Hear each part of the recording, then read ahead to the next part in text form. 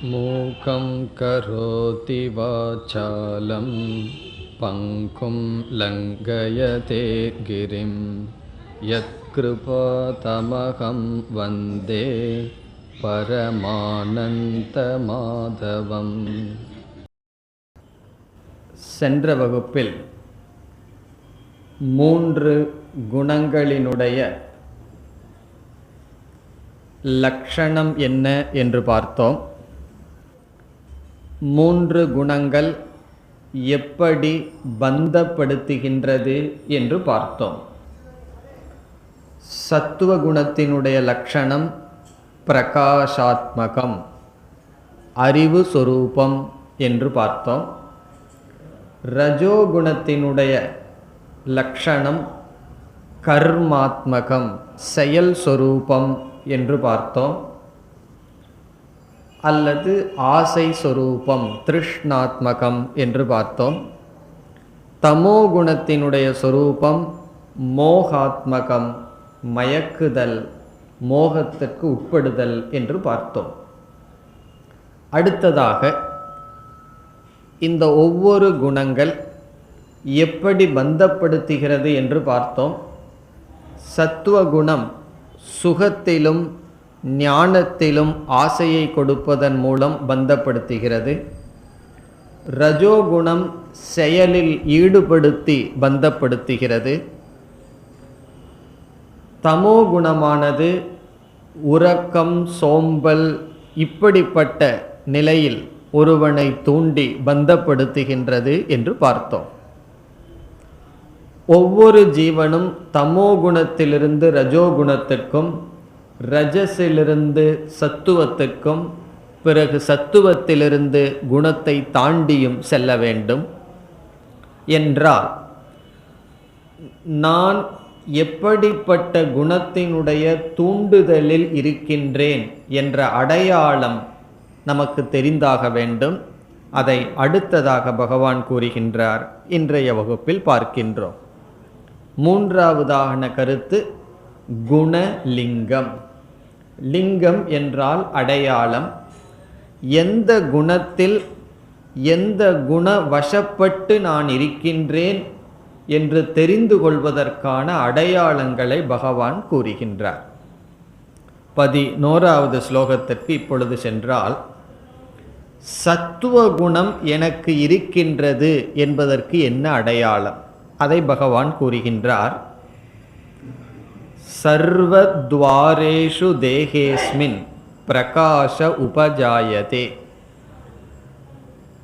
5 இந்திரியங்களும் மனதும் ஒரு அறிவை பெறுவதற்கு தயாராக இருந்து எப்பொழுது கிரகித்து கொள்ளும் சக்தியுடன் இருக்கின்றதோ அப்பொழுது ஞானம் எப்பொழுது ஞானம் தோன்றுகிறதோ, அறிவை பெறும் சக்தி உடையதாக இருக்கிறதோ, பகவான் கூறுகிறார், அப்பொழுது சத்துவம் உனக்கு மேலோங்கி இருக்கிறது என்று தெரிந்துகொள். இப்போ லிங்கம் அடையாளம் என்னவென்றால், இந்திரியங்கள், மனம், இவைகளெல்லாம் அறிவை வாங்குவதற்கு தகுதியுடன் இருக்கின்றது. எப்பொழுது அறிவை நாம் அடைய முடியுமோ அல்லது அறிவை அடைய நாம் தயாராக இருக்கின்றோமோ அப்பொழுது நாம் சத்துவ குணத்தில் இருக்கின்றோம் என்பது பொருள். இதுதான் அடையாளம். எப்பொழுது அறிவை வாங்குவதற்கு தகுதி இல்லாமல் இருக்கின்றோமோ அப்பொழுது சத்துவ குணம் இல்லை என்பது பொருள். இப்போ ஞானம், அறிவானது லக்ஷணம் சத்துவ குணத்தில் நாம் இருக்கின்றோமா இல்லையா என்பதற்கு. அறிவில் ஆசை, அந்த அறிவை பெறும்பொழுது அப்படியே வாங்கிக் கொள்கின்ற சக்தி அல்லது சூழ்நிலையை புரிந்து கொள்கின்ற சக்தி. ஒரு சூழ்நிலை இருக்கின்றது, அந்த சூழ்நிலையை சரியாக புரிந்து கொண்டால், சரியாக நாம் புரிந்து கொள்கின்ற அறிவு நமக்கு இருக்கும் பொழுது அப்பொழுது சத்துவ குணத்தில் இருக்கின்றோம். ஒரு சூழ்நிலையை நாம் தவறாக பொருள்படுத்தினால் தமோகுணம் அல்லது ரஜோகுணத்தில் இருக்கின்றோம் என்பது பொருள். இனி ரஜோகுணத்திற்கு வந்தால் பகவான் கூறுகிறார், இப்படிப்பட்ட பாவனைகள் மனதில் இருந்தால் நீ ரஜோகுண வசப்பட்டுள்ளாய் என்று ரஜோகுணத்தினுடைய லிங்கத்தை கூறுகின்றார். முதல் லிங்கம் லோபக. லோபம் என்றால் மற்றவர்களுக்கு பகிர்ந்து கொடுக்காமல் நாமே வைத்து கொள்ள வேண்டும் என்கின்ற ஆசை, அது லோபம்.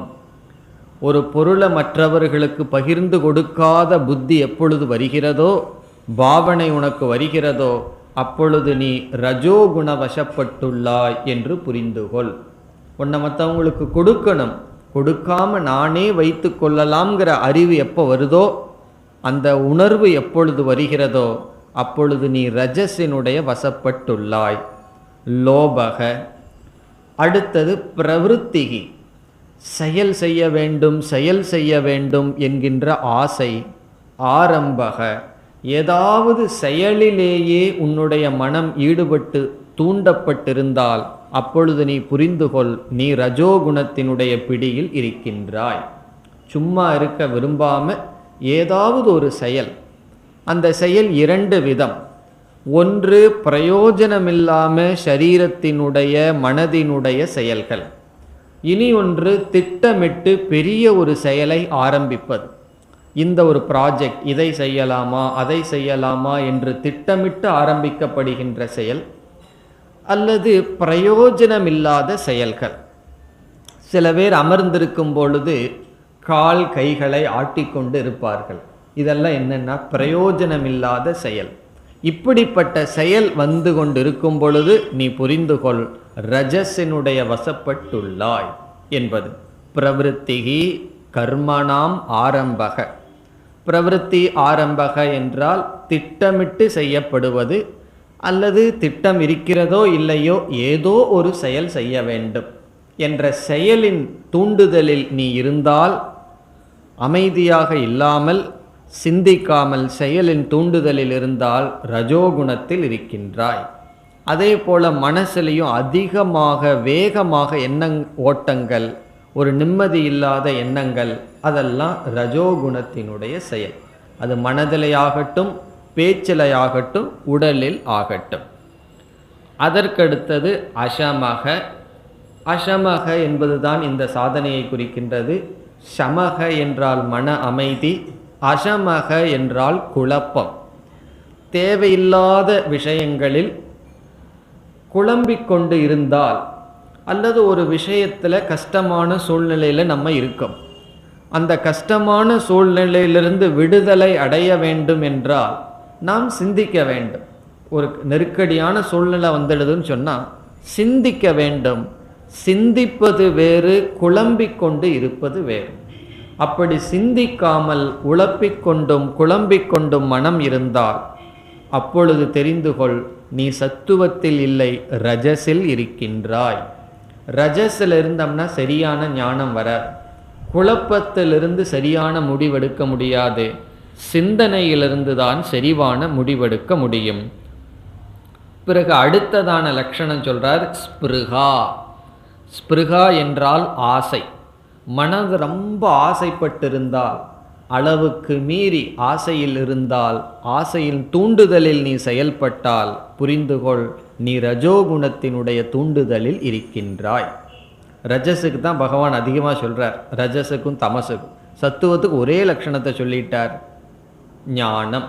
இனி ஒரு லட்சணத்தை சத்துவத்துக்கு நம்ம சேர்த்திக்கலாம், அமைதி, தெளிவு, மன அமைதி, ஞானம், தெளிவு.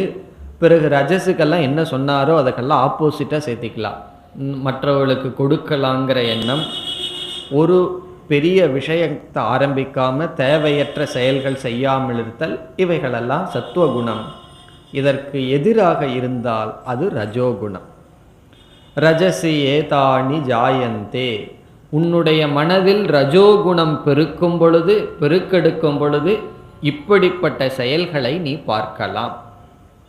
சத்துவகுணம், ரஜோகுணம், தமோகுணம்ங்கிறது பார்த்து அறிகிற பொருள் அல்ல, அதனுடைய விளைவிலிருந்து அறியக்கூடிய பொருள். அதனுடைய விளைவுகள் இப்படி இருக்கும் என்று பகவான் கூறுகிறார். இனி அடுத்ததாக தமோகுணம். தமோகுணம் ரஜோகுணத்துக்கு முற்றிலும் விருத்தமாக இருப்பது. எப்படி சொல்கின்றார் பகவான்? அப்பிரகாசக என்றால் இது சத்துவ குணத்துக்கு விபரீதமாக இருத்தல். அப்பிரகாசக என்றால் அறிவு வருவதற்கு சந்தர்ப்பமே கிடையாது. அறிவை ஏற்றுக்கொள்ளாத நிலை, அறிவு வராத நிலை, மனம் ஒரு அறிவை பெறும் சக்தியை இழந்த நிலை. பிறகு அப்பிரவிருத்திகி, செயல் செய்யும் திறனையும் இழந்த நிலை. பிரகாசமும் இல்லை, பிரவிருத்தியும் இல்லை. பிரகாசம் இருந்தா சத்துவம், பிரவிருத்தி இருந்தா ரஜஸ். இது ரெண்டுக்கும் விபரீதமானது. மனதுக்கு அறிவை வாங்கிக் கொள்ளும் சக்தியும் இல்லை, செயலில் ஈடுபடும் சக்தியும் இல்லாத பொழுது அது தமோகுணம். பிறகு என்ன வருமா? பிரமாதக. சமஸ்கிருதத்தில் பிரமாதக என்றால் நெக்லிஜென்ஸ், கவனக்குறைவாக இருத்தல். எப்பொழுதெல்லாம் நாம் கவனக்குறைவாக இருக்கின்றோமோ அப்பொழுதெல்லாம் தமோ குணத்தில் இருக்கின்றோம். பெரிய பெரிய ஆக்சிடென்ட் எல்லாம் எதனால் நடக்குதுன்னா இந்த தமசுனால தான். கவனக்குறைவாக இருந்து விடுகின்றோம், அப்பொழுது தமோ குணத்தில் இருக்கின்றாய். பிறகு மோகமே வச்ச, மோகம் என்றால் தவறாக புரிந்து கொள்ளுதல், விபரீதமாக புரிந்து கொள்ளுதல். இப்படிப்பட்ட மனநிலை எப்பொழுது இருக்கிறதோ அப்பொழுது நீ புரிந்து கொள், நீ தமோ குணத்தில் இருக்கின்றாய். அப்போ நம்முடைய வாழ்க்கை எப்படி இருக்கும்னா, சில சமயம் தமசில் இருப்போம், சில சமயம் ரஜஸில் இருப்போம், சில சமயம் சத்துவத்தில் இருப்போம். இந்த மூன்றிலையும் மாறி மாறி நம்முடைய மனம் இருந்து கொண்டு இருக்கும். இதில் அதிகமாக எது இருக்குதோ அவர்கள் சத்துவ பிரதானம் என்றும், குறைவாக நேரத்தில் எது இருக்கோ அவர்கள் அந்த குணத்தினுடைய தூண்டுதல் இல்லாமல் இருக்கிறார்களும் என்று பொருள். ஒருவர் சத்துவத்தில் இருந்தால் எல்லா நேரத்திலும் சத்துவத்தில் இருப்பார் என்பது பொருள் அல்ல. சத்துவத்தில் அதிகமாகவும் அதற்கு பிறகு ரஜஸ், அதற்கு பிறகு தமஸ் என்று இருப்பவர் சத்துவத்தில் மேலோங்கி இருப்பவர் என்பது பொருள். இனி அடுத்த கருத்திற்கு நாம் வருகின்றோம். இதுவரை குண விஷயத்தில் 3 கருத்தை பார்த்துள்ளோம். குணங்களினுடைய லட்சணம், குணங்களினுடைய பந்தப்படுத்துகின்ற முறை, பந்த பிரகாரம், மூன்றாவது குணங்களினுடைய லிங்கம், அடையாளம். ஒவ்வொரு குணத்தினுடைய இலக்கணம் என்னன்னு பார்த்தோம். எப்படி நம்மை பந்தப்படுத்துகிறதுன்னு பகவான் சொன்னார். பிறகு இந்த குணம் நம்மிடம் இருக்கிறது என்று எப்படி கண்டுபிடித்தல் என்பதை பகவான் கூறினார். இனி அடுத்த கருத்து என்னவென்றால், ஒருவன் சத்துவ குணத்தில் இருந்து இறந்து விட்டால் அவனுக்கு என்ன பலன் என்று சொல்கிறார். ஒருவன் அதிகமாக ரஜோகுணத்தில் இருந்து கொண்டு வாழ்க்கையை முடித்தால், அவன் வாழ்க்கை முடியும் பொழுது ரஜோகுணத்தில் இருந்து முடித்தால் அவனுக்கு என்ன பலன், தமோகுணத்திலிருந்து வாழ்க்கையை முடித்தால் என்ன பலன் என்று சொல்கிறார். அது இறந்ததற்கு பிறகு பலன், அது ஒரு கருத்து.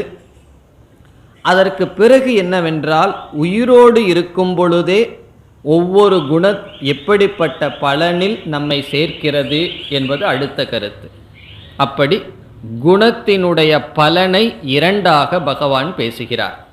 ஆக மொத்தம் 5 கருத்து நமக்கு வருகிறது. குணங்களினுடைய லட்சணம், குணங்கள் எப்படி பந்தப்படுத்துகிறது என்ற நிலை, பிறகு குணங்களினுடைய அடையாளம். இனி 3, 4 அடுத்த 2 கருத்தை பார்க்க இருக்கின்றோம். 4, 5 அடுத்த கருத்து என்னவென்றால், இறந்ததற்கு பிறகு என்ன நிலை ஏற்படும்.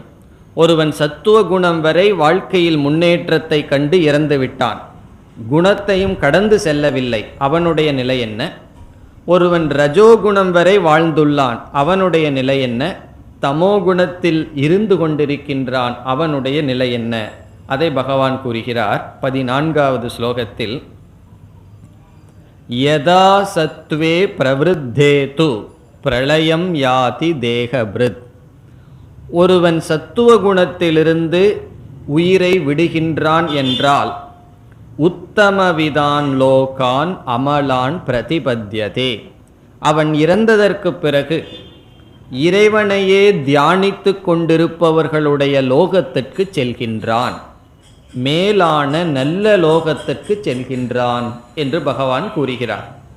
இங்கு உத்தமக என்ற சொல் ஈஸ்வரனை குறிக்கின்றது. உத்தமவிதான் என்றால் ஈஸ்வரனை தியானித்து கொண்டிருக்கின்ற ஈஸ்வரனை தியானித்தால் என்ன பலன் வருமோ அந்த லோகத்திற்கு செல்கின்றான். அந்த லோகம் எப்படிப்பட்டதாம்? அசுத்தமற்ற சுகத்தை கொடுக்கின்ற நல்ல லோகத்திற்கு செல்கின்றான். எப்பொழுது? இறந்ததற்கு பிறகு. அந்த புண்ணியத்தின் பலனாக சில காலங்கள் அந்த லோகத்தில் வாழ்ந்து பிறகு மீண்டும் கர்ம வினைக்கு தகுந்தாற்போல் இந்த ஜென்மத்தில் பிறப்பை எடுக்கின்றான். அவனுக்கு மோட்சத்தை சொல்லவில்லை, மோட்சத்தை இதற்கு பிறகுதான் சொல்ல போறார் பகவான். சத்துவகுணத்தில் மட்டும் இருந்து உயிரை விட்டால் நற்கதியை அடைகின்றான். இனி ரஜோகுணத்திலிருந்து உயிரை விட்டால் அவனுடைய கதி என்ன என்றால், ரஜசி பிரளயம் கத்வா. இங்கு மரணத்துக்கு பகவான் பிரளயம்ங்கிற வார்த்தையை பயன்படுத்துகிறார். பிரளயம்னு சொன்னால் ஒரு மனிதனுடைய இறப்பு. அப்பொழுது சென்றால் அவன் எங்கு பிறக்கின்றானாம்? கர்ம சங்கிஷு ஜாயதே. எந்த இடத்தில் பிறந்தால் மீண்டும் அவனுக்கு செயல்பட முடியுமோ அந்த இடத்தில் பிறக்கின்றான். கர்ம சங்கி என்றால் அடுத்த பிறவியில் அதிக பொறுப்பு வருகின்ற இடத்தில் அவன் பிறக்கின்றான். இப்போ நமக்கு திடீர்னு யாருக்காவது ரொம்ப பொறுப்பு காலையிலேருந்து சாயந்தரத்து வரைக்கும் வேலையே செஞ்சாதான் வாழ்க்கைங்கிற அளவு சூழ்நிலையில் பிறந்திருந்தோம்னா போன பிறவியில் ரஜோகுணத்திலிருந்து செத்திருப்போம்னு அர்த்தம். அதனுடைய அர்த்தம் என்னன்னா, கர்ம சங்கி என்றால் எந்த இடத்துல பிறந்தால் அதிக செயல்பட முடியுமோ அந்த இடத்துல பகவான் பிறக்க வைக்கிறார். காரணம் என்ன? அவன் ரஜஸ்னுடைய தூண்டுதல்ல இருக்கான். அந்த ஜீவன் பக்குவம் அடைய வேண்டும் என்றால் செயலை கொடுத்தாக வேண்டும். அந்த ஜீவனே அதற்கு தகுந்த சூழ்நிலையை நோக்கி சென்று பிறப்பை எடுக்கின்றான். இது ரஜோகுணம். இனி தமோ குணத்துக்கு என்னன்னு சொல்றார் பகவான். ததா பிரளீனஸ்தமசி மூடயோனிஷு ஜாயதே. மூடர்களிடம் அவன் பிறப்பை அடைகின்றான். மூடயோனி என்றால் இரண்டு பொருள். ஒன்று, அறிவு அற்ற பண்பாடு அற்ற சூழ்நிலையில் மனித பிறவியை அடைகின்றான். அல்லது மரம் செடி மிருகங்கள் இப்படிப்பட்ட ஜென்மத்தை அடைகின்றான். பூனையா பிறப்பான்னு அர்த்தம். பூனையை பார்த்தீங்கன்னா பாதி நேரம் தூங்கிட்டே இருக்கும். அப்படி எந்த ஜென்மத்தில் பிறந்தா மீண்டும் தமோ குணத்திலேயே கொஞ்சம் இருந்து அப்பொழுது பக்குவத்தை அடைய முடியுமோ அப்படிப்பட்ட சூழ்நிலையில் பிறக்கின்றான். மூட ஜென்மன மிருகங்கள், சில மிருகங்கள் ரஜஸா இருக்கும், அப்படிப்பட்ட மிருகங்கள் அல்ல, அதுலேயும் தமோ குணம் உடைய மிருகங்கள். அல்லது மனிதர்களுக்குள்ளேயே பண்பாடற்ற மூடர்களுடைய சூழ்நிலையில் அவன் பிறக்கின்றான் என்று தமோகுணத்தில் இருப்பவனுடைய நிலை இறந்ததற்கு பிறகு ரஜோகுணம் சத்துவகுணம் என்று பகவான் கூறினார். அதற்கு அடுத்தது ஐந்தாவது கருத்தை பகவான் கூறுகின்றார். இதெல்லாம் இறந்ததற்கு பிறகு நமக்கு தெரியாத விஷயம். இங்கே இருக்கும் பொழுதே ஒருவன் சத்துவத்தில் இருந்தால் என்ன பலன் கிடைக்கிறது, ஒருவன் ரஜோகுணத்தில் வாழ்ந்தால் என்ன பலன் கிடைக்கிறது, ஒருவன் தமோ குணத்தில் இருந்து வந்தால் என்ன பலன் கிடைக்கின்றது என்று பகவான் கூறுகிறார்.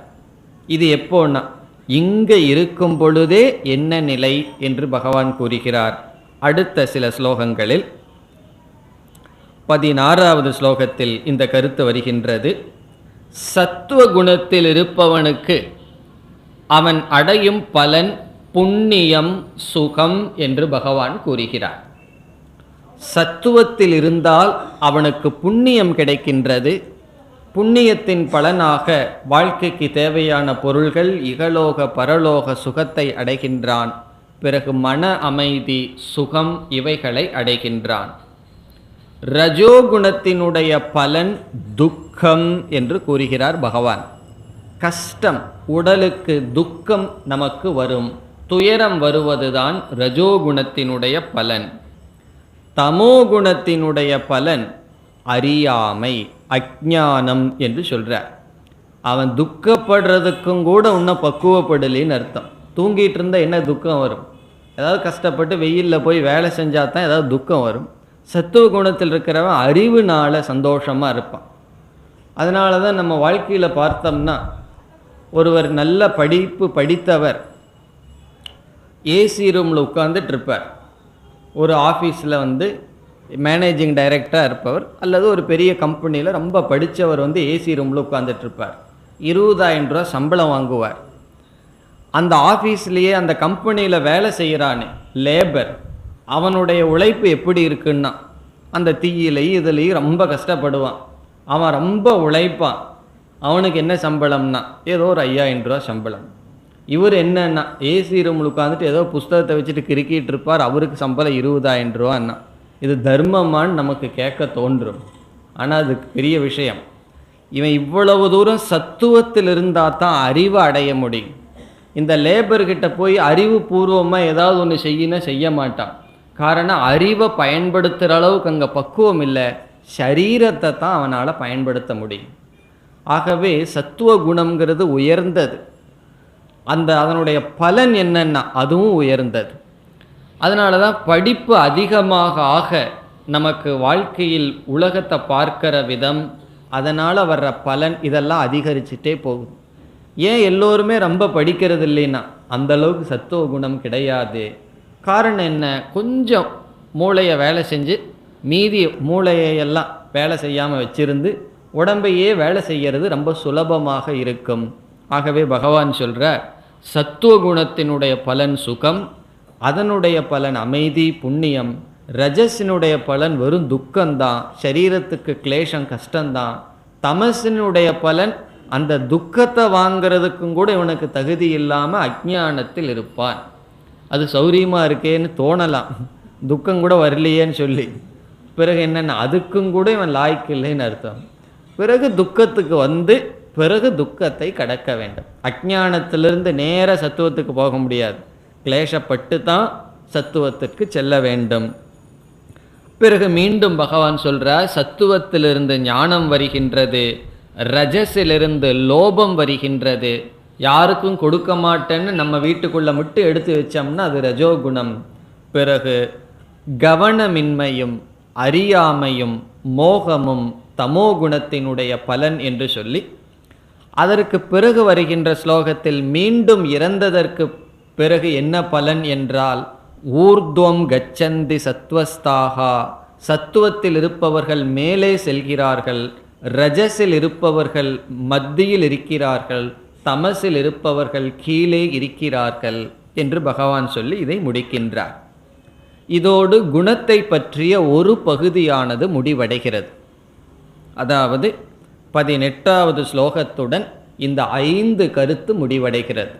இந்த 5 கருத்து என்னன்னு ஞாபகம் வைத்து கொள்ள வேண்டும். குணத்தினுடைய லட்சணம் என்னென்ன, குணத்தினுடைய லட்சணம்னு நம்ம பார்த்தோம். சத்துவ குணத்துக்கு என்ன லட்சணம், தமோ குணத்துக்கு என்ன லட்சணம், ரஜோகுணத்துக்கு என்னன்னு பார்த்தோம். பிறகு அந்த குணம் எப்படி பந்தப்படுத்துகின்றது, குணம் ஒவ்வொரு குணமும் எந்த விதத்தில் பந்தப்படுத்துகின்றது என்பது 2வது கருத்து. 3வது கருத்தாக நாம் பார்த்தது ஒவ்வொரு குணத்தினுடைய லிங்கம் என்ன, அடையாளம் என்ன, இந்த குணத்தில் வசப்பட்டுள்ளோம் என்று எப்படி தெரிந்து கொள்வது, இன்றைய வகுப்பில் பார்த்தோம். 4வது இறந்ததற்கு பிறகு குணம் எங்கு கொண்டு விடும். 5வது உயிரோடு இருக்கும் பொழுதே நம்மை குணங்கள் எப்படி வைத்திருக்கும் என்று பார்த்தோம். இனி இதற்கு அடுத்த கருத்துக்கு பகவான் வருகின்றார். அடுத்த கருத்து என்னவென்றால், ஒவ்வொரு மனிதனும் தமோ குணத்தில் தான் பிறக்கிறார்கள். பிறகு முயற்சியுடன் சத்துவ குணத்திற்கு செல்ல வேண்டும், முயற்சியுடன் ரஜோகுணத்திற்கு செல்ல வேண்டும் தமசிலிருந்து. அதற்கு அடுத்ததாக முயற்சியுடன் சத்துவ குணத்திற்கு செல்ல வேண்டும். அதற்கு அடுத்ததாக சத்துவத்திலேயே இருந்தால் புண்ணியம் சில லோகத்தில் போய் சுகத்தை அனுபவிக்கிறது, அதுவும் சம்சாரம்தான். ஏன்னா பகவான் சொல்லியிருக்கார் சத்துவ குணமும் பந்தப்படுத்தும்னு சொல்லியிருக்கார். இனி நம்முடைய வாழ்க்கை எப்படி முடிவடைகிறது என்றால், இந்த சத்துவத்தையும் தாண்டி குணங்களை கடந்து செல்லுதல், அதை குணாதீதன் என்று சொல்கின்றார் பகவான். இங்கு அதீதன் என்றால் கடந்தவன், குணத்தையும் கடந்தவனாக செல்ல வேண்டும். இனி அடுத்த கேள்வி, எந்தெந்த சாதனையின் மூலமாக ஒருவன் ஒவ்வொரு குணத்தையும் கடந்து எந்த சாதனையில் சத்துவ குணத்தையும் கடந்து போக முடியும் என்பது நம்முடைய அடுத்த கேள்வி. ஒருவன் தமோ குணத்திலிருந்து ரஜோ குணத்துக்கு செல்வதற்கு என்ன சாதனை என்றால், இங்கு அந்த சாதனையை பகவான் சொல்லவில்லை. இங்க பகவான் சொன்ன சாதனை எந்த சாதனையினால் சத்துவத்தையும் கடந்து குணாதீதன் ஆக வேண்டும்ங்கிறத மட்டும் சொல்றார். காரணம் என்ன? மீதி சாதனையை எல்லாம் ஏற்கனவே பகவான் சொல்லிவிட்டார். அதை இங்க நம்ம ஞாபகப்படுத்தி கொண்டு பிறகு சத்துவத்திலிருந்து குணங்களை கடந்து செல்ல என்ன சாதனைன்னு பகவான் சொல்றத பார்ப்போம். அதற்கு முன்னாடி அந்த கேப்பை நம்ம சரி பண்ணவன். என்ன இடைவெளி இருக்கின்றது? தமசிலிருந்து ரஜஸுக்கு போகிறதுக்கு என்ன சாதனை, ரஜஸிலிருந்து சத்துவத்துக்கு போகிறதுக்கு என்ன சாதனைன்னு பார்த்தோம்னா, அதுக்கு அடுத்த ஸ்டெப்பில் பகவான் பேசுகிறார், சத்துவத்தையும் கடந்து போகிறதுக்கு என்ன சாதனைன்னு பேசுகிறார். அதற்கு என்ன சாதனை? இவைகளெல்லாம் பகவானால் பேசப்பட்டது தான். ஒருவன் தமோ குணத்திலிருந்து ரஜோ குணத்திற்கு செல்ல பகவான் இங்கு நமக்கு கொடுத்த சாதனை கர்மயோகம் என்ற சாதனை. கர்மயோகம் என்ற சாதனையை ஒருவன் மேற்கொண்டால் அவன் தமசிலிருந்து ரஜஸுக்கு செல்வான். ரொம்ப பேர் தமஸ்லேயே இருக்கிறதுனால தான் விவேகானந்தர் போன்றவர்களெல்லாம் என்ன சொன்னார்கள்? சும்மா உட்காந்து தியானம் பண்ணிட்டு இருக்காத, சமுதாயத்துக்குள்ள வா, செயல்படு என்றெல்லாம் அவர்கள் சொன்னார்கள். காரணம் என்ன? நாம் அமர்ந்து கொண்டு சத்துவங்கிற பேரில் தூங்கி கொண்டு தமசில் இருந்து கொண்டு இருந்தால் பிறகு முன்னேற்றம் இருக்காதுன்னு சொல்லி நாம் செயலில் ஈடுபட வேண்டும். சமுதாய சேவை செய்தல், நம்ம ஒரு பொறுப்பை எடுத்துக்கொண்டு அந்த பொறுப்பில் நிலைநாட்டுதல். நம்மளுடைய கடமையை நம்ம செய்து முடிக்கலைன்னு சொன்னால், அதற்கே நமக்கு சக்தி இல்லைன்னு சொன்னால், கடமைகளை துறந்து ஞானம், அந்த ஞான நிஷ்டை அல்லது மோட்சத்திற்கு நாம் தகுதியை அடைய மாட்டோம். இப்போ கர்மங்கிறது நமக்கு பகவான் கொடுத்த உபாயம். நமக்கு ஏதாவது சில கடமைகளெல்லாம் வந்திருந்ததுன்னு வச்சுக்கோமே, அது பகவான் நம்மை பக்குவப்படுத்த நமக்கு கொடுத்த ஒரு உபாயம், ஒரு மார்க்கம். இப்போ என்ன செய்ய வேண்டும்? கர்மயோகம் என்ற சாதனையில் ஒருவன் தமோ குணத்திலிருந்து ரஜோகுணத்துக்கு செல்ல வேண்டும். இப்போ ரஜோகுணத்தில் வரும்போது எப்படி இருப்பான்? நல்லா கர்மயோகம் செய்து கொஞ்சம் செயலோடு இருப்பான். பிறகு இந்த கர்மயோகம் செய்த காரணத்தினால் அந்த ரஜஸுக்கு பின்னாடி தமஸ் இல்லாமல் சத்துவம் அவனுக்கு ஒட்டிகிட்டு இருக்கும். காரணம் என்ன? இவன் தியாகத்துடன் காரியத்தை செய்துள்ளான். அதனுடைய வசமாக அவன் அடுத்த சாதனையின் மூலமாக ரஜஸிலிருந்து சத்துவத்திற்கு செல்ல உபாசனம் அல்லது பக்தி என்பது சாதனை. இப்போ ரஜோகுணத்திலிருந்து சத்துவகுணத்திற்கு செல்ல வேண்டும் என்றால் எப்படின்னா, அதற்கு சாதனை தியானம், அதற்கு இனியொரு பெயர் உபாசனம், அதற்கு இனியொரு பெயர் ஜபம் அல்லது பக்தி. இப்படிப்பட்ட சாதனையில் ரஜோகுணத்தை அடக்கி அவன் சத்துவ குணத்திற்கு வருகின்றான். இப்போ செய்ய வேண்டியதெல்லாம் நம்ம கடமையை செய்து முடித்தாச்சு. இதற்கு பிறகு நமக்கு செய்கிறதுக்கு ஒன்றும் இல்லைன்னு ஓரளவு வந்துட்டோம்னு சொன்னால், மீண்டும் நம்ம வயதான காலத்தில் அல்லது தேவையில்லாத செயல்களை எடுத்து போடுறதுக்கு பதிலாக நம்ம மனசை என்ன செய்யணும்னா, இனி செயல்பட்டது போதும், பிரவருத்தியில் இருந்தது போதும், முதல்ல பணத்தை சம்பாரித்தது போதும், அடுத்த ஜெனரேஷன் சம்பாதிக்க ஆரம்பிச்சிட்டாங்கன்னா அவங்க கையில் கொடுத்துட்டு என்ன செய்யணும்னா ஊரெல்லாம் சுற்றிட்டு இருக்கக்கூடாது. அதெல்லாம் ஏற்கனவே பண்ணியாச்சு. நான் யாத்திரை போகிறேன், அங்கே போகிறேன், இங்கே போகிறேன்னு சுற்றக்கூடாது. வயசான காலத்தில் பஸ் ஏறி போகிறது கஷ்டம், நமக்கும் கஷ்டம், மற்றவங்களுக்கும் கஷ்டம். அதனால் வயசு வர்றதுக்குள்ளே இங்கே இதை பார்க்கலாம், அதை பார்க்கலாம், இங்கே சுற்றலாம், அங்கே சுற்றலாம், அதெல்லாம் முடிச்சிடணும். ஏன்னா சின்ன வயசில் அதை செய்யலை, வேறு எங்கேயோ சுற்றிட்டு எல்லாம் ரொம்ப லேட்டாக போயிட்டுருக்கு எல்லாருக்கும். அப்படி இல்லாமல் சின்ன வயசில் தான் நல்ல இடங்களெல்லாம் போய் பார்த்துட்டு பிறகு வயதான காலத்தில் என்ன பண்ணணும்னா, ஓர் இடத்தில் அமர்ந்து பிரார்த்தனை செய்ய வேண்டும், ஜபம் செய்ய வேண்டும், அனுஷ்டானம் செய்ய வேண்டும், பாராயணம் செய்ய வேண்டும். இப்படிப்பட்ட காரியத்தில் ஈடுபட்டு ஒருவன் சத்துவ குணத்திற்கு வர வேண்டும். அப்பொழுதுதான் மன ஒருமுகப்பாடு நன்கு அமையும். இந்த ஜபம் எல்லாம் செய்யாமல் மனதை ஒருமுகப்பாடுங்கிறது கனவுலையும் நினைக்க முடியாது.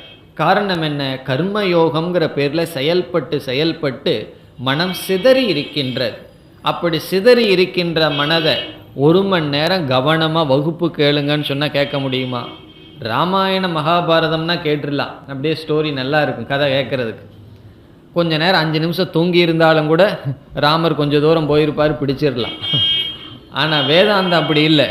ஒரு 5 நிமிஷம் விட்டுட்டோம் அப்படின்னா அந்த கிளாஸே அவுட் ஆயிடும். அதுவும் உபனிஷத்து கிளாஸ் எல்லாம் கேட்டோம்னு வச்சுக்குவோமே, ஒவ்வொரு வார்த்தையும் நம்முடைய கவன குறைவில்லாமல் கேட்க வேண்டிய சூழ்நிலை. அப்போ என்னன்னா மனது ரொம்ப ஒருமுகப்பட்டிருக்க வேண்டும். அதற்கு எப்படி தயார்னா உபாசனை தியானம்ங்கிறதுல தயார் பண்ணி சத்துவ குணத்துக்கு வர வேண்டும். இப்போ கர்மயோகத்தின் மூலமாக ரஜோகுணம், உபாசனையின் மூலமாக சத்துவ குணத்திற்கு வந்தாச்சு. இனி சத்துவ குணத்தில் யார் இருக்கிறார்களோ அவர்களால் தான் ஞானத்தை அடைய முடியும். ஒரு அறிவை அடையணும்னு சொன்னால் சத்துவ குணத்தில் இருந்தால் தான் அடைய முடியும். ஒரு கான்செப்ட், ஒரு கருத்து நம்ம மனசில் கிரகிக்கப்பட வேண்டுமென்றால் அது சத்துவ குணத்தில் தான் இருக்கணும். ரஜோ குணத்தில் இருந்தோம், தமோ குணத்தில் இருந்தோம்னா உடம்பு அளவில் வேலை செஞ்சிடலாம், ஆனால் சிந்திக்க தெரியாது, டிசைன் பண்ண தெரியாது.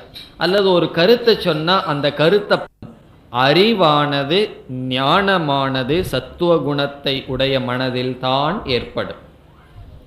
இனி அடுத்த கேள்வி, இந்த சத்துவ குணத்தை எப்படி கடந்து செல்லுதல் என்பது அடுத்த கேள்வி. இப்போ எவ்வளோ குணத்துக்கு வந்திருக்கோம்? தமோ குணத்துக்கு வர்றதுக்கு என்ன முயற்சி பண்ணணும்னு கேட்கக்கூடாது. அது முயற்சி இல்லாமல் வந்துடுவோம். தமோ குணத்தில் தான் பிறந்திருக்கோம். அது தமோ குணத்துக்கு வர்றதுக்கு என்ன சாதனை பண்ணணும்னா ஒரு சாதனையும் வேண்டாம். தமோ குணத்தில் தான் ஆரம்பிக்கிற நம்ம. பிறகு ரஜோகுணத்துக்கு போகிறோம், கர்மயோகமெல்லாம் பண்ணி. ரஜோகுணத்திலிருந்து தியானமெல்லாம் பண்ணி சத்துவகுணத்துக்கு போயாச்சு. சத்துவகுணத்துக்கு வந்தாச்சுன்னா என்ன அர்த்தம்னா அந்த சத்துவகுணத்துக்கு வந்தவர்கள் ஞானத்தை அடைய ஞானத்திற்காக ஏங்கி இருப்பார்கள், ஞானத்தை அடைவார்கள். பிறகு இந்த ஸ்லோகத்தில் பகவான் சொல்கிறார், அடுத்த ஸ்லோகத்தில், இந்த ஞானத்தினால் அவன் சத்துவத்தையும் தாண்டி விடுகின்றான். இப்போ ஞான யோகம் என்ற சாதனையில் ஆத்ம ஞானத்தினால் அவன் குணாதீதன் ஆகின்றான். அது பகவான் கொடுக்கின்ற பதில். இப்போ சத்துவ குணத்தை எப்படி தாண்டி செல்கின்றோம்? ஆத்ம ஞானத்தினால், பரமாத்மாவை பற்றிய ஞானத்தினால் ஒருவன் சத்துவ குணத்தையும் தாண்டி செல்கின்றான். அது எப்படி சத்துவ குணத்தையும் ஒருவன் ஞானத்தினால் தாண்டி செல்கின்றான்? ஞானம் எப்படி சத்துவ குணத்தையும் ஒருவனை தாண்ட வைக்கும்? அதைத்தான் அடுத்த ஸ்லோகத்தில் பகவான் சொல்றார். 19, 20 இந்த ஸ்லோகத்தில் அதை சொல்றார் பகவான். எப்படி என்றால் இது எப்படிப்பட்ட ஞானம்னு பார்க்கணும். இங்க பகவான் ஒரு ஞானத்தை சொல்றார். இந்த ஞானத்தினால் ஒருவன் சத்துவத்தையும் தாண்டுகிறான். என்ன ஞானம் இது என்றால், சத்துவகுணம், ரஜோகுணம், தமோகுணம் என்பது நம்முடைய மனதை சார்ந்தது. நம்முடைய மனசுக்கு தான் 3 குணம். இந்த ஞானம் என்ன சொல்லுது?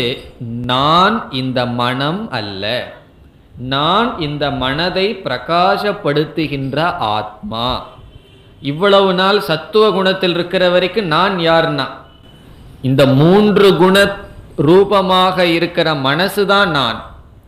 இங்க ஞானம் என்ன சொல்லுது? நான் சத்துவரஜஸ் தமோ குண ரூபமாக இருக்கின்ற மனம் அல்ல, இப்படிப்பட்ட மனதை பிரகாசப்படுத்துபவனாக நான் இருக்கிறேங்கிற ஒரு அறிவு அடைஞ்சிட்டோம்னா பிறகு என்ன ஆயிடுவோம்? நம்ம சத்துவத்தையும் தாண்டியாச்சு, ரஜசையும் தாண்டியாச்சு, தமசையும் தாண்டியாச்சு. காரணம் என்ன? இந்த 3 குணரூபமாக இருக்கின்ற மனதுடன் நாம் விடுதலை அடைந்து விட்டோம். கடைசியில் யாருக்கிட்ட நம்ம விடுதலை அடைகிறோமா? நம்ம மனசுகிட்ட இருந்து தான் விடுதலை அடைகிறோம். எத்தனையோ பேர்த்துக்கிட்ட இருந்து விடுதலை அடையணும்னு சொல்கிறோமே, நம்ம மனசு தான் நம்ம பந்தப்படுத்திட்டு இருக்கு. இந்த மனதை, இந்த புஸ்தகத்தையும் மைக்கையும் பார்க்கறது போல ஞானத்தில் பார்க்கும் பொழுது அவன் குணத்தை கடந்தவன் ஆகிறான். இப்போ பகவான் கூற்று நமக்கு புரிகின்றதோ? ஒருவன் எப்படி சத்துவ குணத்தை கடக்கின்றான், சத்துவ குணத்தை மட்டுமல்ல மீதி குணத்தை எல்லாத்தையும் எப்படி கடக்கின்றான், அந்த குணஸ்வரூபமாக இருக்கின்ற மனம் வேறு, நான் ஆத்மஸ்வரூபம், ஞானஸ்வரூபம், சைத்தன்ய சொரூபம், சத் சொரூபம் என்ற ஞானத்தில். பிறகு செயல்களெல்லாம் யார் செய்கிறார்கள்? இந்த மனமும் உடலும் செய்கிறது. அவைகள்தான் கர்த்தா, அவைகள்தான் போக்தா. நான் கர்த்தாவுமல்ல போக்தாவுமல்ல என்ற ஞானத்தினால் அவன் எல்லா குணத்தையும் தாண்டுகின்றான். இதிலிருந்து ஒருவன் 3 குணத்தையும் கடந்து விட்டான் என்றால் அந்த 3 குணத்தினால் வருகின்ற துக்கத்திலிருந்தும் பந்தத்திலிருந்தும் அவன் கடந்து விடுகின்றான். இங்கே சொன்னார் அல்லவா, சத்துவகுணம், ரஜோகுணம், தமோகுணம், இந்த 3 குணம் எப்படி பந்தப்படுத்துகிறதுன்னு சொன்னாரே. இவன் 3 குணத்தையும் தாண்டி விட்டால் இந்த 3 குணத்தினால் வருகின்ற பந்தத்திலிருந்தும் விடுதலை அடைகின்றான். அதைத்தான் பகவான் சொல்றார், நாண்யம் குணேபிய கர்த்தாரம் யதா திரஷ்டா அனுபஷ்யதி. இப்பொழுது இவன் திரஷ்டா, பார்ப்பவன், சத்துவ குணத்தில் இருப்பவன் குணங்களுக்கு வேறாக ஒரு கர்த்தாவை பார்க்காமல் தன்னை குணங்களுக்கு வேறாக எவன் பார்க்கின்றானோ, குணேபியஸ்ச பரம் வேத்தி, தன்னை ஒருவன் நான் என்ற சொல்லுக்கு அர்த்தத்தை புரிந்து கொள்ளும் பொழுது இந்த 3 குணத்திற்கும் அப்பாற்பட்டதாகவும் மனதிற்கும் அப்பாற்பட்டதாகவும் அனைத்து செயல்களும் 3 குணங்கள் செய்கின்றன, மனம் செய்கின்றன, நான் செய்யவில்லை என்ற அறிவை ஒருவன் அடையும் பொழுது மத் பாவம், அவன் என்னுடைய பரமாத்ம சொரூபத்தை அடைகின்றான் என்று சொல்லி அடுத்த ஸ்லோகத்திலேயே பகவான் விளக்குகின்றார். என்னுடைய சொரூபம் என்றால் என்ன என்றால், இந்த 3 குணத்தையும் அதீதன், கடந்தவன், ஜென்ம மிருத்யு ஜரா துக்கைகி, ஜென்மம்னா பிறப்பு, மிருத்யுனா மரணம், ஜரா வயோதிகம், இப்படிப்பட்ட துக்கங்களிலிருந்து விமுக்தக விடுதலை அடைந்தவனாக மரணமற்ற பெருவாழ்வை அடைகின்றான், மோக்ஷத்தை அடைகின்றான் என்று பகவான் முடிக்கின்றார். 20வது ஸ்லோகத்துடன் பகவான் தான் பேசிய கருத்துக்கு முடிவுரை செய்கின்றார். மிக தெளிவாக படிப்படியாக பகவான் குணங்களை பற்றி விளக்கி இறுதியில் இந்த சத்துவ குணத்தையும் ஆத்ம ஞானத்தினால் ஒருவன் கடந்து விடுகிறான், கடந்துவிட்டு என்னை அடைகின்றான், பிரம்மஸ்வரூபத்தை அடைகின்றான் என்று பகவான் தன்னுடைய உபதேசத்தை முடிக்க அடுத்த 21வது ஸ்லோகத்தில் அர்ஜுனன் ஒரு கேள்வியை கேட்கின்றான். என்ன கேள்வி அர்ஜுனனுடையது என்றால், இப்படி யாராவது குணத்தை எல்லாம் கடந்தவங்க முதல்ல இருக்காங்களா? நீங்கள் சொல்கிறத கேட்குறதுக்கு நல்லா தான் இருக்குது. தமோ குணத்திலிருந்து சத்துவ குணத்துக்கு போகணும், சத்துவ குணத்திலிருந்து தமோ குணத்திலிருந்து ரஜஸுக்கு போகணும், ரஜஸிலிருந்து சத்துவத்துக்கு போகணும், ஏதோ ஆத்ம ஞானம்னு ஒன்று சொல்கிறீர்கள், அதை அடைஞ்சு அதையும் கடந்து போனால் துக்கம் இல்லாமல் சந்தோஷமாக ஒருவன் வாழ்கின்றான். இப்படி வாழ்பவனுடைய லட்சணம் என்ன? அர்ஜுனன் 3 கேள்வியை கேட்கிறான். ஒரே ஸ்லோகத்திலேயே 3 கேள்வி இருக்கு. பகவான் 6 ஸ்லோகத்தில் ஒவ்வொரு கேள்விக்கு 2 ஸ்லோகத்தில் பதில் சொல்றார். அதுதான் இதுக்கப்புறம் வர்ற கருத்து. இது குணாதீத லட்சணம் என்று சொல்லப்படுகிறது. குணங்களை கடந்தவனை பற்றி அர்ஜுனன் கேட்கின்ற கேள்வி. முதல் கேள்வி என்னவென்றால், சத்துவ குணத்தில் இருப்பவர்களுக்கு அடையாளத்தை சொன்னீங்க, ரஜோகுணத்தில் இருப்பவர்களுக்கு அடையாளத்தை சொன்னீங்க. இவனுக்கு லோபம் வந்தா, பிரவருத்தி வந்தா ரஜசில் இருக்கான்னு தெரிஞ்சுக்கோ. இவன் தூங்கிட்டு இருந்தா, மோகத்தில் இருந்தா, ஒரு காரியம் செய்யாமல் இருந்தா தமசில் இருக்கான்னு தெரிஞ்சுக்கோன்னு சொன்னீர்கள். இவனுக்கு ஞானம் இருந்தா சத்துவம்னு சொன்னீர்கள். குணாதீதனா இருப்பவனுக்கு லட்சணத்தை நீங்க சொல்லவில்லையே, அதை சொல்லுங்கள் என்று கேட்கின்றார். குணங்களை கடந்தவனுடைய லட்சணத்தை கேட்கின்றார். சத்துவ ரஜஸ் தமோ குணத்தினுடைய லட்சணம் பகவான் சொன்னார். என்ன லட்சணம்னா அந்த குணத்தை உடையவனுடைய நிலைய லிங்கத்தை பகவான் சொன்னார். இனி அர்ஜுனன் கேட்கின்றான், ஒருவன் குணங்களை கடந்து விட்டால் அவன் எப்படி இருப்பான் என்பது முதல் கேள்வி. இப்போ கைஹி லிங்கைஹி குணான் ஏதான் அதீதக பவதி.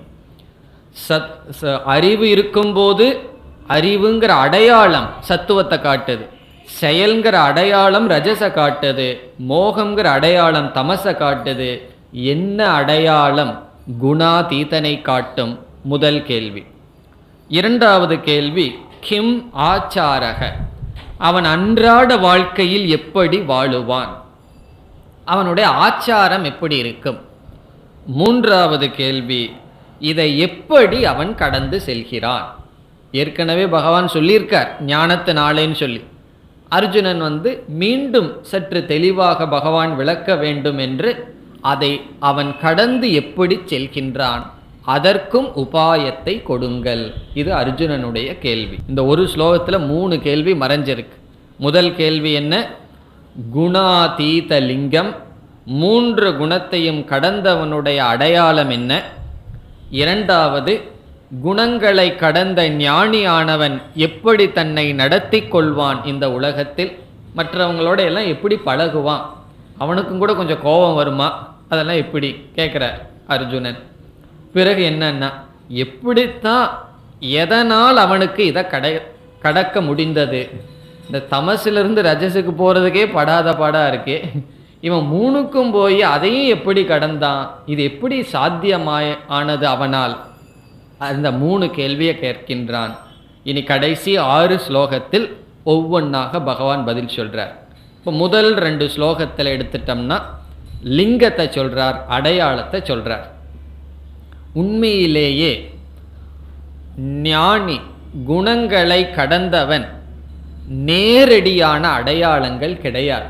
அது அவனுக்கு தான் தெரியும், குணத்தை கடந்திருக்கிறமா அல்லது சத்துவ குணத்தில் இருக்கிறமான்னு சொல்லி. இருந்தாலும் பகவான் ஒரு அழகான லட்சணத்தை சொல்கிறார். குணத்தை கடந்தவனுடைய மனசில் எப்படிப்பட்ட ஞானம் இருக்கும்? நான் இந்த குணரூபமாக இருக்கின்ற மனதிற்கு அப்பாற்பட்டவன்கிற ஞானம் இருக்கும். மனதில் சில சமயம் சத்துவ குணம் இருக்கும், சில சமயம் ரஜோ குணம் இருக்கும், சில சமயம் தமோ குணம் இருக்கும். இந்த ஞானம் இல்லாதவனுக்கு சத்துவத்தில் இருந்தால் அதனுடைய பாதிப்பு இருக்கும், ரஜஸில் மனசு இருந்தால் அதனுடைய பாதிப்பு இருக்கும், தமஸில் மனசு இருந்தால் அதனுடைய பாதிப்பு இருக்கும். காரணம் என்ன? இவனும் இந்த மனசும் ஒன்றா இருக்கு. மனதிலிருந்தே தன்னை பிரித்து கொண்டு ஆத்மான்னு நினைப்பவனுக்கு மனசு சத்துவத்தில் இருந்தாலும், மனசு ரஜஸில் இருந்தாலும், மனசு தமஸில் இருந்தாலும் அதனுடைய பாதிப்புகள் அவனுக்கு இருக்காது. அதுதான் லிங்கமா பகவான் சொல்றார். பிரகாசம் ச பிரவருத்திம் ச மோகமேவச்ச பாண்டவ. மனசுல பிரகாசம் இருந்து பிரவருத்தி இருந்து மோகமே வந்தாலும், இப்போ ஞானிக்கு மோகமே வருமான்னு சொன்னால் ஆத்ம அனாத்ம விஷயத்தில் வராது, லௌகிக்க விஷயத்தில் வரலாம். சில சமயம் சில சூழ்நிலைகளில் ஞானி சில தவறான முடிவு எடுக்கலாம். ஒரு ஆசிரமம் வச்சு நடத்துகிறார், எல்லா ஒரு செயல் பண்ணிட்டு இருக்கார், சில தப்பான முடிவு எடுத்து விடலாம். சில சமயங்களில் சில செயல்கள் படலாம். இப்போ சங்கராச்சாரியார் சத்துவத்திலேயே உட்கார்ந்துருந்தார்னு வச்சுக்கோமே, எப்படி இவ்வளவு பெரிய கீதைக்கும் உபனிஷத்துக்கெல்லாம் விளக்கம் எழுதியிருக்க முடியும்? கொஞ்சம் ரஜோகுணம் இருந்தால் தானே உபதேசமே பண்ண முடியும். ரஜோகுணமே இல்லைன்னு சொன்னால் பேசாமல் தியானம் பண்ணிட்டு நிதித்தியாசனம் பண்ணிட்டு இருந்து விடுவார்கள். அப்போ சில ஞானிகளுக்கு ரஜோகுணம் இருக்கும், சில ஞானிகளுக்கு சத்துவகுணம் அதிகமாக இருக்கும். எல்லா ஞானிக்கும் சத்துவ பிரதானம், பிறகு ரஜஸ் இருக்கலாம். இப்படி 3 குணங்கள் அவனுக்கு வரும் பொழுது அந்த 3 குணங்களினால் எப்பொழுது பாதிப்பு ஏற்படவில்லையோ அப்பொழுது அவன் 3 குணத்தையும் கடந்தவன். இப்போ ஒரு ஞானி ஒரு சிறிய தப்பு பண்ணிடுறார். சிறிய தவறுன்னா அவர் எடுத்த முடிவில் ஒரு தவறு, மற்றவர்கள் சுட்டி காட்டுகிறார்கள், நீங்கள் இந்த தவறை செய்தீர்கள். அவர் சந்தோஷமாக ஏற்றுக்கொள்வார், ஆமாம் செய்தேன். காரணம் என்ன? நான் செய்தேன்னு நினைக்கிறதில்ல, இந்த புத்தி தவறான முடிவெடுக்கும் சக்தியை உடையது. சில சமயம் ரைட்டாக இருக்கு, நீங்கள் எடுத்த முடிவு நல்லா இருக்கேன்னு புகழ்ந்தால் சந்தோஷப்பட மாட்டார், நீங்கள் எடுத்த முடிவு தப்பாக போச்சுன்னு சொன்னால் வருத்தப்பட மாட்டார். ஆனால் குணாதீதன் ஆகலின்னு வச்சுக்குவோமே, ஒருவர் நீங்கள் சரியான முடிவு எடுத்தன்னா உச்சி கொழுந்துரும், நீங்கள் எடுத்த முடிவு தப்புன்னு சொன்னால் உடனே வருத்தப்பட்டு நான் தப்பாக சொல்லிட்டேனே, தப்பாக முடிவு எடுத்துட்டேனேன்னு உட்கார்ந்துட்டு இருப்போம். ஆனால் இவர் எப்படின்னா, இந்த குணங்கள் மனசில் இருந்தாலும் அதனால் பாதிப்பு எப்பொழுது இல்லையோ அப்பொழுது நீ தெரிந்து கொள் குணத்தை கடந்தவன்.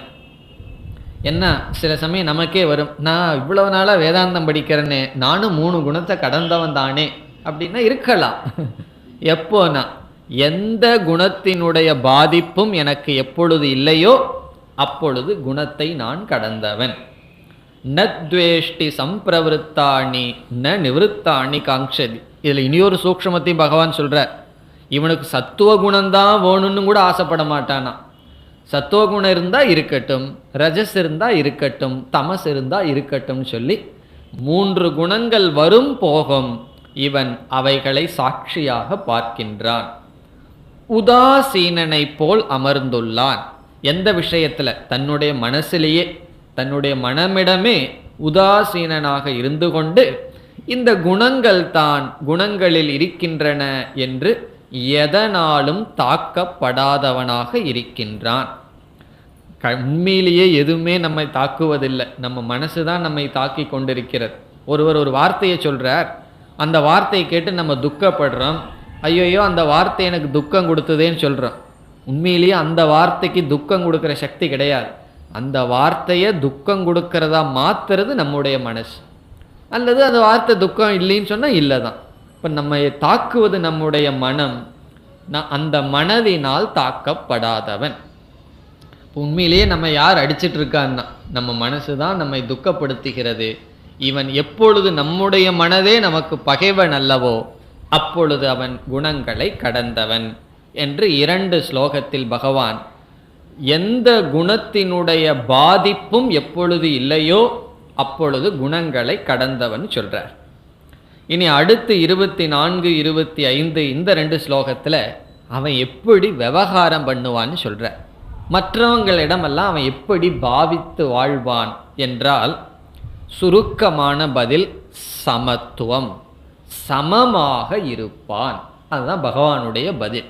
எல்லோரிடமும் மனதளவில் சமமாக இருப்பான். வெளி விஷயத்தில் சமமாக இருப்பான்னு அர்த்தம் கிடையாது. சர்வன்ட்டை போய் சோபா மேலே உட்காந்து வச்சுட்டு இருப்பான்னெல்லாம் அர்த்தம் கிடையாது. காரணம் என்னென்னா, யாருக்கு எந்த இடத்த கொடுக்கணுமோ அது விவகாரத்தில் மெயின்டைன் பண்ணுவான். ஆனால் மனதளவில் எல்லோரிடமும் சமமாக இருப்பான். எல்லா சூழ்நிலையிலும் சமமாக இருப்பான். எல்லாவற்றையும் சமமாக பார்ப்பான். எல்லா பொருள்கள், எல்லா மனிதர்கள், எல்லா சூழ்நிலை. அதற்கு சில உதாரணத்தோடு பகவான் விளக்கிறார். சமதுக்க சுகஸ்வஸ்தக, துக்கத்திலும் சுகத்திலும் சமமாக இருப்பான். ஒரு கஷ்டம் வந்துடுதுன்னு சொன்னால் அது உடலுக்கோ சூழ்நிலைக்கோ வந்தாலும் சமமாக இருப்பான். சில பேர் என்ன செய்வார்கள், ஒரு சின்ன கஷ்டம் வந்துடுதுன்னு சொன்னால் சகித்து கொள்ள மாட்டார்கள். கஷ்டம் ஒன்று, கஷ்டம் வந்துடுதேன்னு வர்ற கஷ்டம் அது அதிகம். பஸ் வராமல் பஸ்ஸுக்கு போய் நிற்கிறீங்க, பஸ்ஸு வரலிங்கிறது ஒரு கஷ்டம். அது வரலையேன்னு சொல்லிட்டு இருக்கிறமே, அது 2வது கஷ்டம், அதுதான் பெரிய கஷ்டம். அப்படி வாழ்க்கையில் வர்ற கஷ்டங்களை அவன் சமமாக பாவிக்கின்றான். அது வாழ்க்கையினுடைய ஒரு அங்கம்னு புரிந்து கொள்கிறான் அர்த்தம். அங்கே ரெசிஸ்டன்ஸ் கிடையாது, வேண்டான்னு ஒதுக்குவது கிடையாது. சம்சாரம்னு என்னன்னா, வேண்டான்னு சொல்கிறது சம்சாரம். இருக்கட்டும், சல்தாகைன்னு சொல்லுவார்கள், எப்படி இருந்தாலும் இருக்கட்டும் என்பது மோக்ஷம். இப்போ சுகத்திலும் துக்கத்திலும் ஸ்வஸ்தக, தன்னிடத்தில் இருப்பவன். பிறகு சம லோஷ்ட அஸ்ம காஞ்சனக, கல் மண் தங்கம் இவைகளை சமமாக பார்ப்பவன். இது எதை குறிக்குதுன்னா, மோகமெல்லாம் அவனுக்கு கிடையாது. எந்த பொருளும் அவனை மோகத்தில் உட்படுத்தாது, சமமாக இருப்பான்.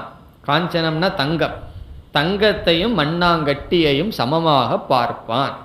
சமமாக பார்ப்பான்னு சொன்னால் மண்ணாங்கட்டி எடுத்து பீரோவில் வச்சுக்குவான்னு அர்த்தம் கிடையாது, அல்லது தங்கத்தை தூக்கி ரோட்டில் போடுவான்னு அர்த்தம் கிடையாது. அவனுடைய அறிவில் அது மோகத்தை கொடுக்கின்ற பொருளாக இல்லை. வேறொரு உபனிஷத்தில், அந்த உபனிஷத் ஆசிரியர் சொல்கிறார், இந்த உலகமே தங்கத்தில் மயங்கி இருக்குன்னு சொல்கிறார். அல்லது களி என்ன பண்ணாராம், தங்கத்திலிருந்து தான் எல்லாத்தையும் மோகத்தை உண்டு பண்ணி கொண்டு இருக்கின்றார். அப்படிப்பட்ட மோகம் அவனுக்கு கிடையாது. பிறகு என்னன்னா, துல்லிய பிரிய அப்பிரியக தீரக துல்லிய நிந்தாத்ம சம்ஸ்துதிகி.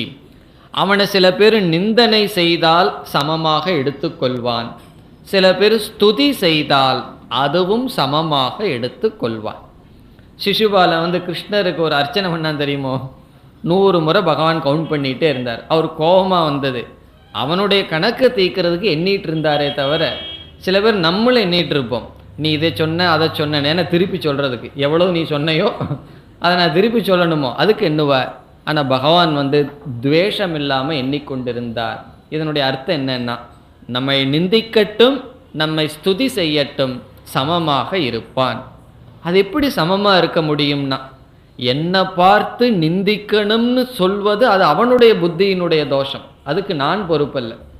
என்னை பார்த்து ஸ்துதி செய்யணுங்கிறது அது அவனுடைய புத்தியில் இருக்கிற, நான் அந்த ஸ்துதிக்கு யோகியனமானவனாக இருந்தால் தோஷம் இல்லை, யோகியம் இல்லைன்னா அதுவும் தோஷம், ஏன்னா அதுக்கு தகுதி இல்லாமல் பண்ணுறாரு. அப்படி என்னை நிந்திச்சாலும் என்னை நிந்திக்காவிட்டாலும் அது அவர்களுடைய தோஷம், அதற்கு நான் பொறுப்பல்.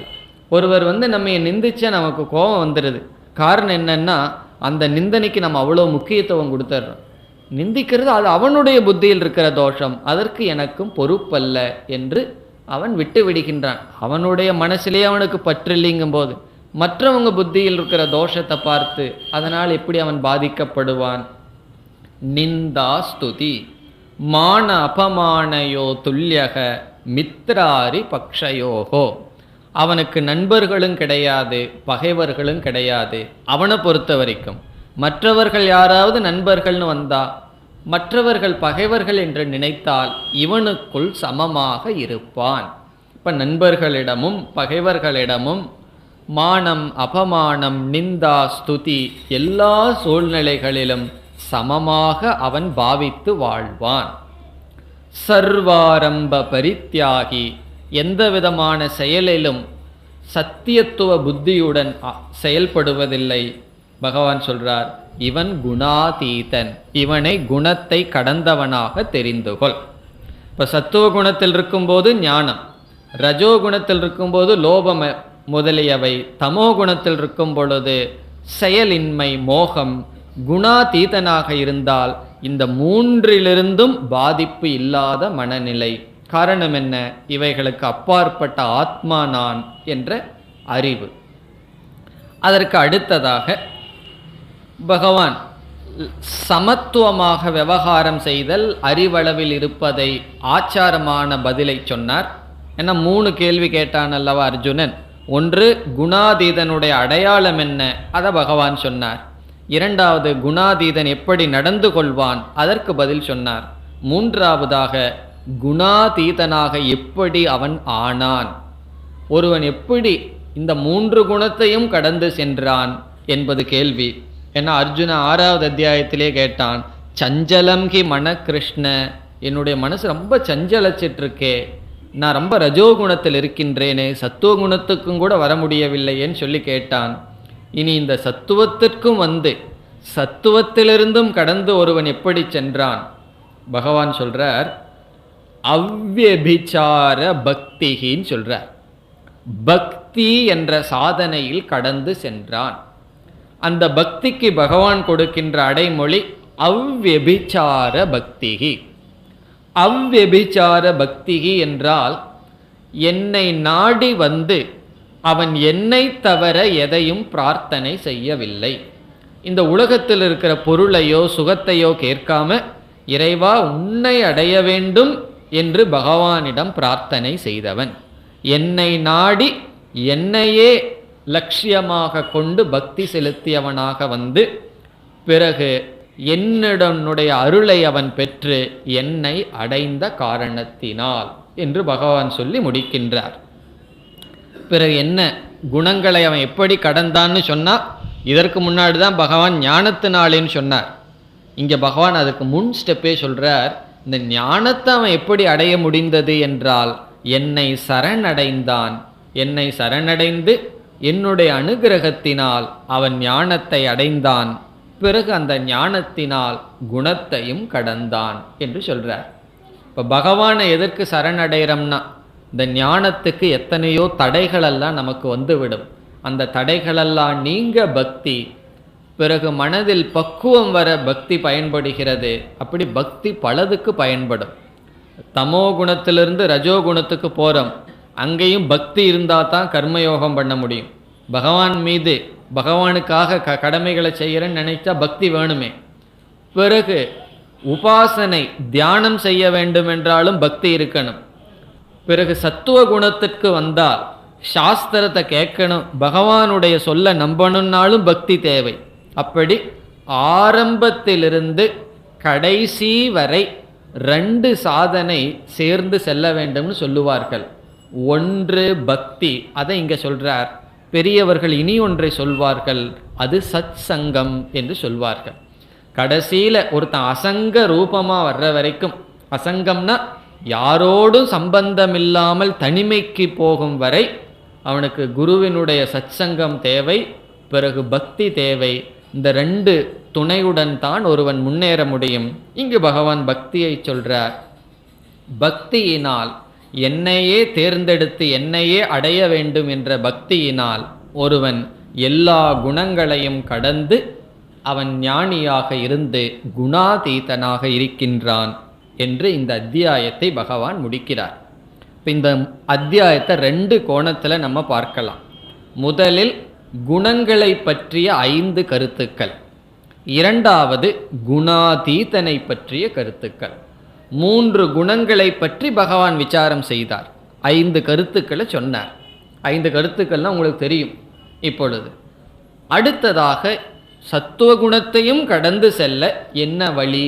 ஞானம். சத்துவகுணத்தையும் கடந்து சென்றவனுடைய அடையாளங்கள் என்ன? அவன் எப்படி வாழ்வான்? அவன் எப்படி கடந்தான்? இதுதான் இந்த அத்தியாயத்தினுடைய மைய கருத்து.